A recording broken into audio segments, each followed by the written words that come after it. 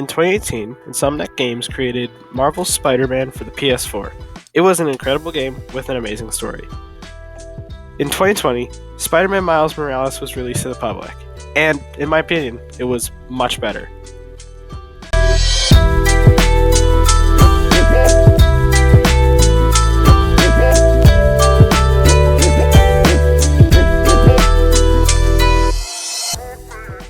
This is obviously just my opinion, as stated, but from a gameplay and character standpoint, I think Miles Morales, the game, is much better.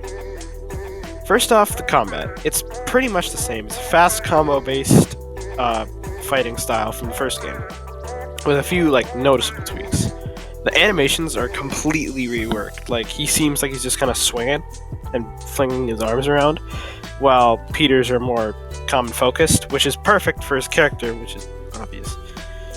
The addition of the Venom is incredible. It gives the electrified ability that you could only get from the taser from the last game, and it does a bit more damage to your punches.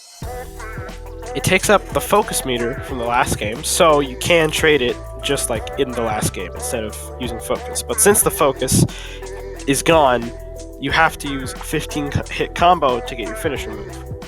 The Venom adds a lot to the combat, and you can fling up enemies, you can fling down enemies. It's great. It can keep combos going for way longer, and it's amazing for crowd control. The last game had none of this. Literally nothing except for suit powers, which will come up later. Stealth also got some really neat tweaks. You can do wall ceilings and takedowns, you can complete whole enemy bases with just stealth.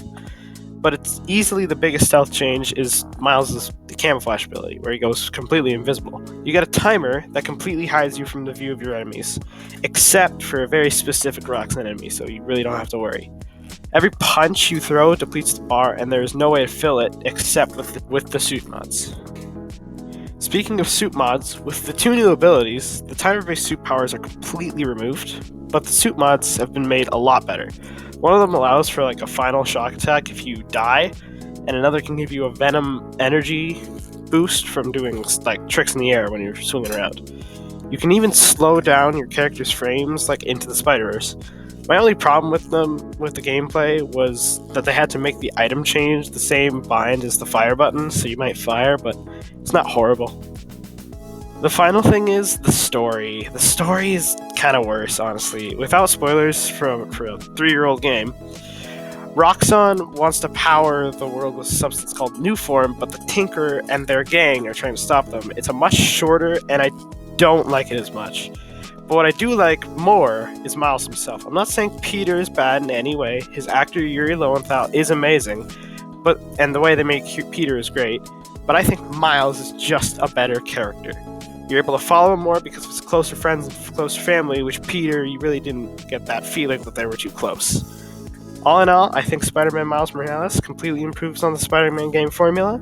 This video may sort of be late, but I kind of wanted to do it just to show that we have high hopes for Spider-Man 2. If you enjoyed the video, please consider liking and maybe even subscribing. I'll be looking for a PS5, and I'll see you next time.